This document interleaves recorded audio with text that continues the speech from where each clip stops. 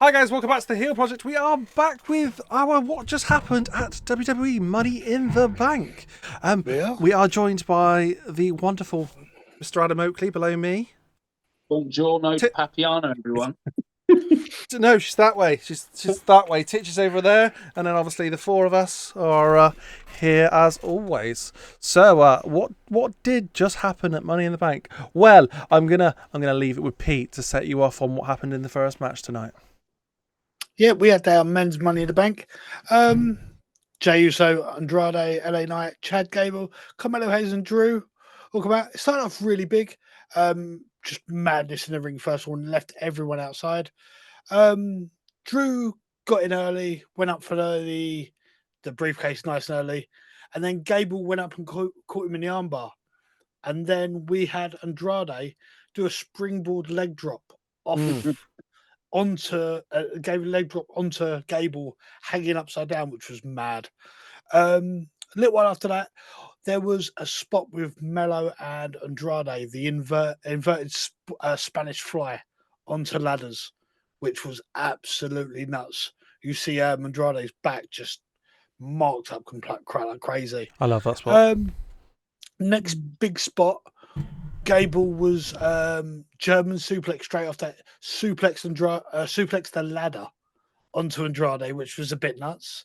He actually picked up a ladder, done that, and then then we had Drew. I just remembered this bit when Drew power bombed Gable onto a ladder. He was literally standing up and he power bombed him through the ladder that was up on the ropes.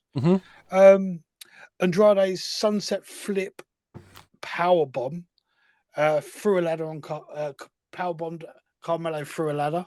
The one that was hanging up from the top of the ladder, which was nuts. And then it started to finish off with Jey Uso climbing the ladder. No one else was in the ring. Jey Uso starts climbing, looks like he's going to get it, and Drew picks up a ladder and literally just throws it at him to knock him off the ladder. And then Drew climbed up and picked up the title. It was carnage. It was madness. But yeah, Drew picked up the win and is the Money in the Bank holder. Wow. Great match. It was. Well, it was brilliant. It was good. Brilliant. Some really good spots in there. It was good. It was excellente. It was the thing is with this for today or what just happened. We won't be giving too much of our opinions. We're going to save those for our podcast, which will be out on Tuesday or Wednesday, because we're going to try and catch a few extra bits. So we'll move straight on to the second one, which was Adam. Adam, you took second match up. So yeah, I had the pleasure of taking some notes for Bron Breakker and Sami Zayn. I sort of expected this to be Bron steamrolling through Sami Zayn, and it was at the beginning. You had him pinging off them ropes. The speed in Bron Breakker just baffles me every time. It's phenomenal. It's a joke, and the power of him as well. Because we had a really cool spot with Sami coming off the top ropes and Bron just catching him, and that footlessness of like how he just doesn't even move. It's just a boom, and he's stuck there. Was absolutely insane. It was a little bit backwards and forwards. We interrupt this podcast for Drew McIntyre kicking off on the press conference. It's live reactions. I want Punk right now. Elbow down and Pierce in the face. Wade getting involved as well. Wade's been stopping him a lot, Wade's been helping him a lot.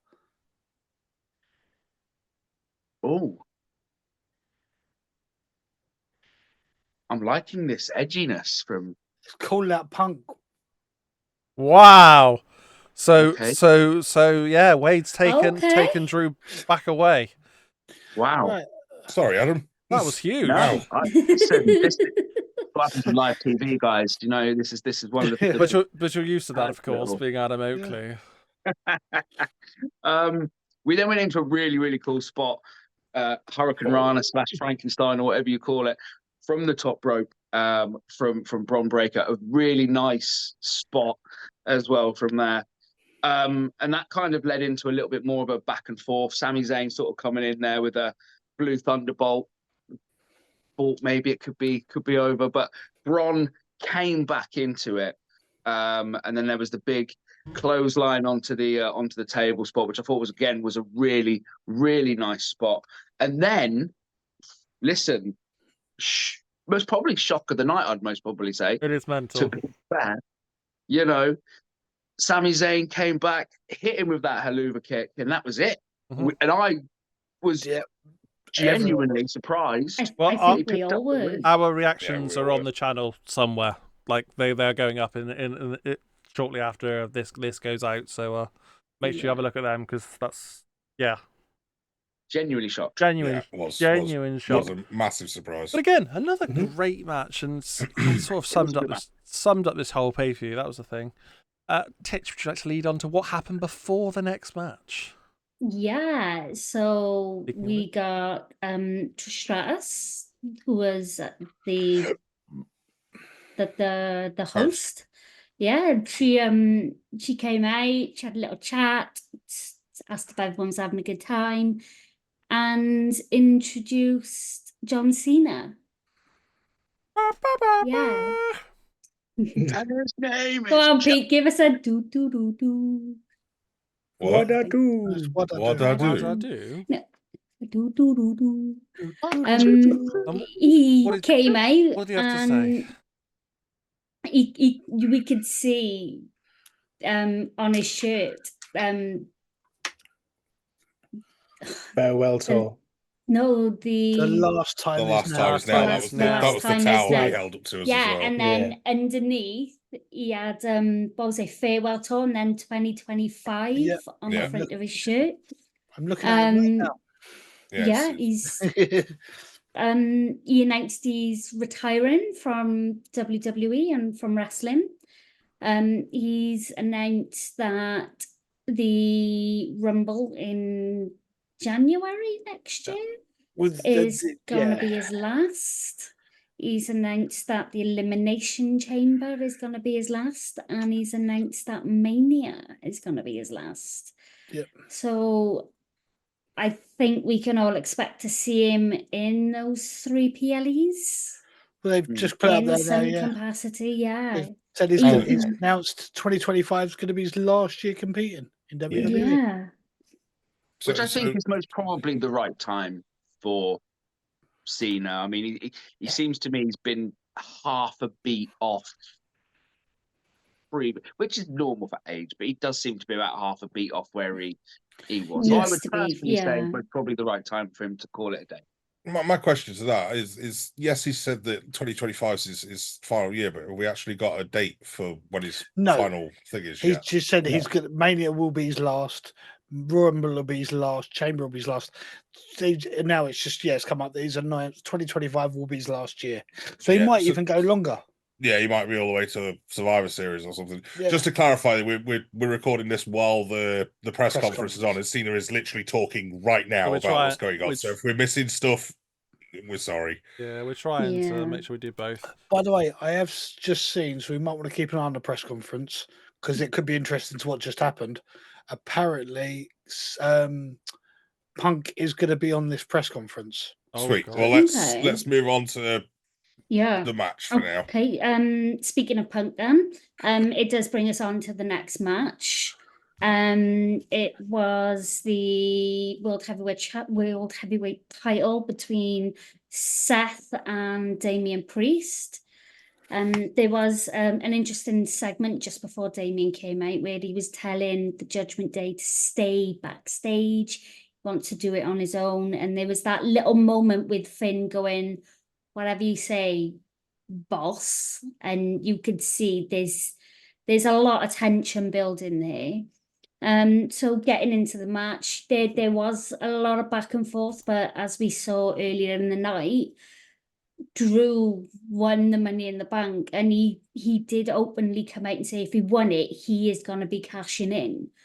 So we could see Seth kept looking up at the ramp. Now, was that waiting for Drew to come out, or I think one of you mentioned that he called Finn at some point, so it could have been looking for Finn. Seth had there was a really good spot where Seth kind of flipped over the top of top of the priest and just turned it into a curb stomp. None of us saw it coming. It was an amazing move, fantastic spot. That followed into a couple of attempted Falcon Arrows, which were reversed 3 times until Rollins managed to pull it off. Yep. Then there was a really weird moment which did get us all talking. Seth had Priest down for the count of 3, but for some reason the ref stopped at 2. And we're all just looking around, we're all really confused. And then we hear Drew's music hit, and we're like, all right, yeah, they got their timings wrong. Yeah, this makes sense now. So yeah, Drew comes out, he cashes in. It's now a triple threat. Wicked. So there was a bit of back and forth between them all, and next thing you know, out of the crowd comes Punk with a nice chair in his hands. Oh. Yeah, I think he got. Did he get? I thought he got the chair afterwards, or did he come out? No, he had the chair to begin with. He hit Drew with the chair, got out of the ring, and started staring at the title. He then picked the title up, hit Drew with the title, and then went and got the chair back. He did come out with a chair to begin with. Are we just scrolling over the fact that he tried to choke Drew McIntyre to death with a cable? With the cable, yeah. I can get into it. You said about the title. That was after. The title wasn't after it. Yeah, it was. Oh, okay. That's all right, though. Sorry, carry on. That's my bad. I got it after that. I've literally got after he hits Drew with the title and goes back for the chair, but before he gets the chair, he's got the cables choking Drew out. Yeah. He just lays into Drew, and in the meantime, Drew's been thrown back into the ring after a good old beatdown. Yeah. Priest lands a nice Sight of Heaven on him, middle of the ring to retain. But there was a bit of a stipulation with this match, though. If Priest won, Seth can't challenge whilst he's the champion. Mm-hmm. But if Seth won, Priest leaves the Judgment Day. Now, Priest technically won, but he didn't pin Seth. He still won. He still won. I think that'd be fine. He still won. Wait, no, he did pin Seth. No, he pinned Drew. He didn't. He pinned Drew. He pinned Drew. Yeah, no, he did. You're right. Yeah, he pinned Drew. You're but right.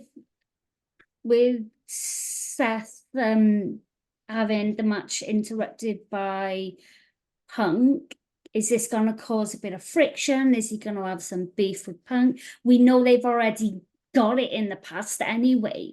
Yeah, no. So is it just going to make things worse? Well, yeah, you saw him. You saw that at the end. Yeah. He was angry. He wants them. 3 of them in a ring together and let it cook. Corey Graves holding Punk back, holding Steph back. Yeah, that's what I meant. Yeah. Yeah. So that's going to be a very, very tasty. Actually, I'm a bit gutted that it meant there was a failed cash in, but hey ho, we move. We can talk about that one on Tuesday or Wednesday, whatever. Yeah. Philippe, just a feel from THP. Felipe Felipe. So I covered the women's ladder match, didn't I? It was a hard-hitting spot fest of ladder carnage, basically. Starts off all women except for Chelsea leave the ring. They're all fighting on the outside. You got Chelsea in the middle. She's trying to grab for the briefcase. Mm-hmm. She jumps for the briefcase. What else does she do to reach for the briefcase? Oh, anything rather than have to climb up a ladder. Which I thought was quite well done. It was funny. I tried to use it as a pinata at one point.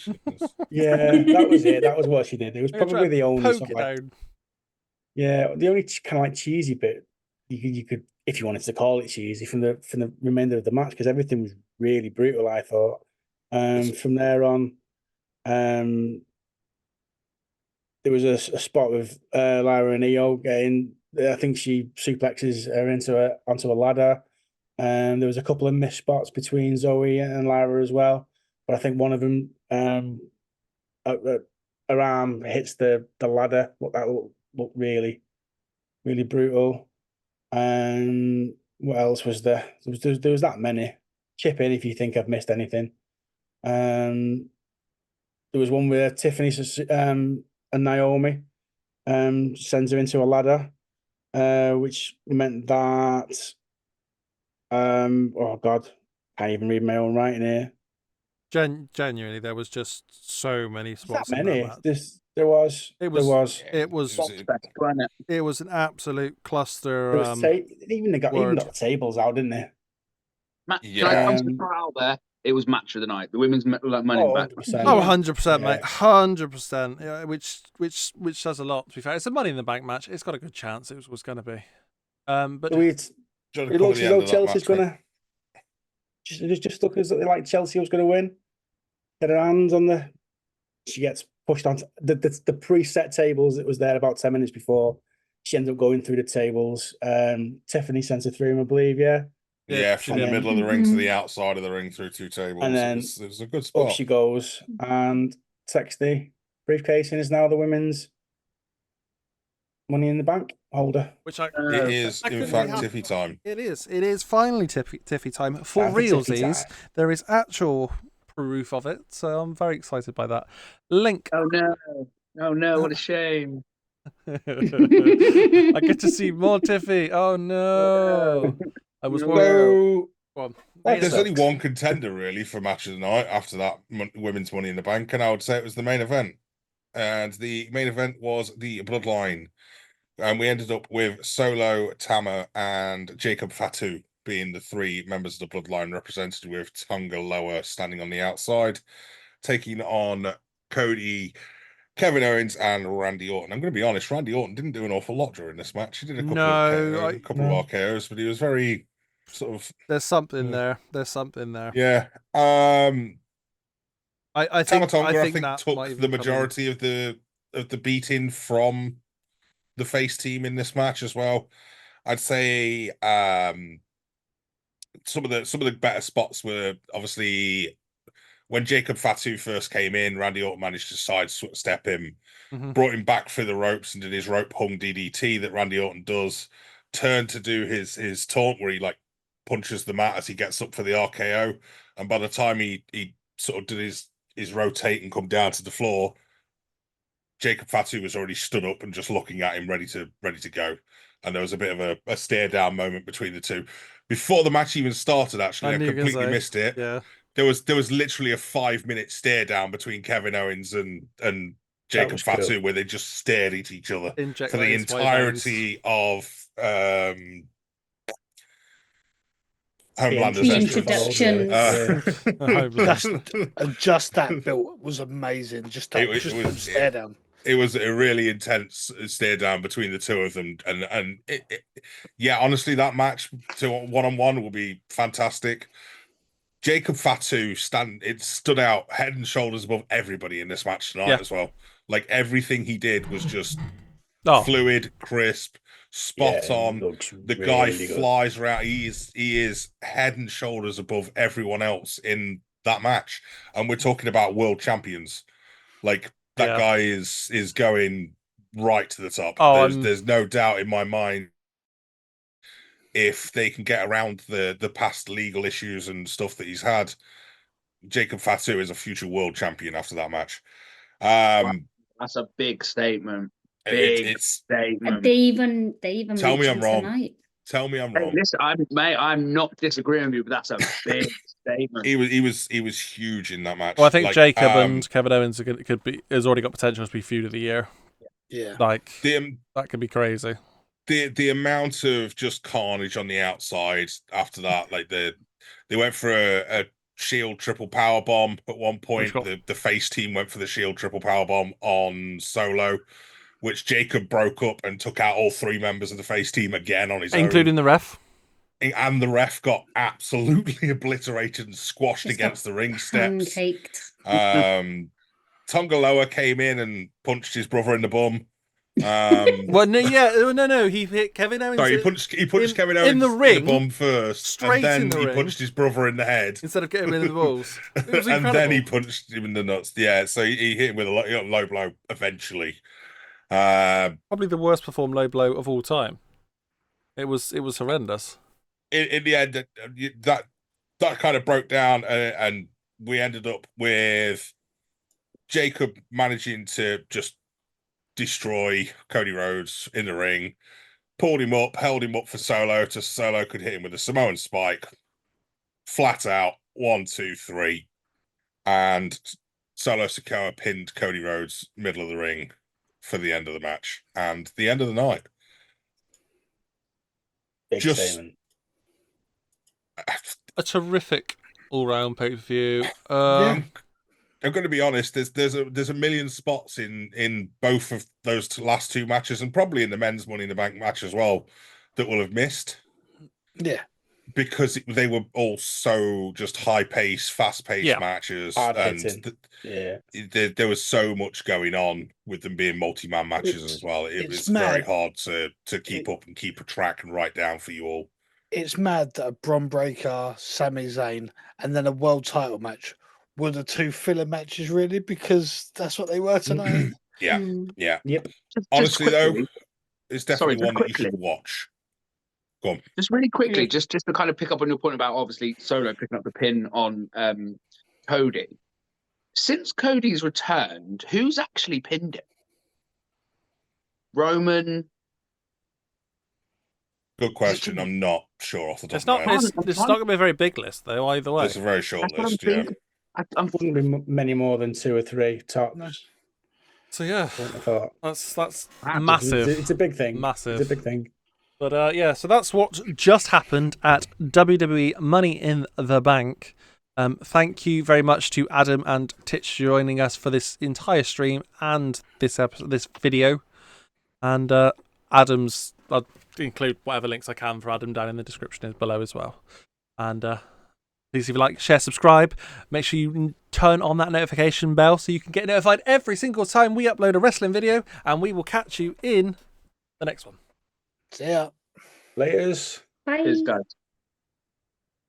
Peace.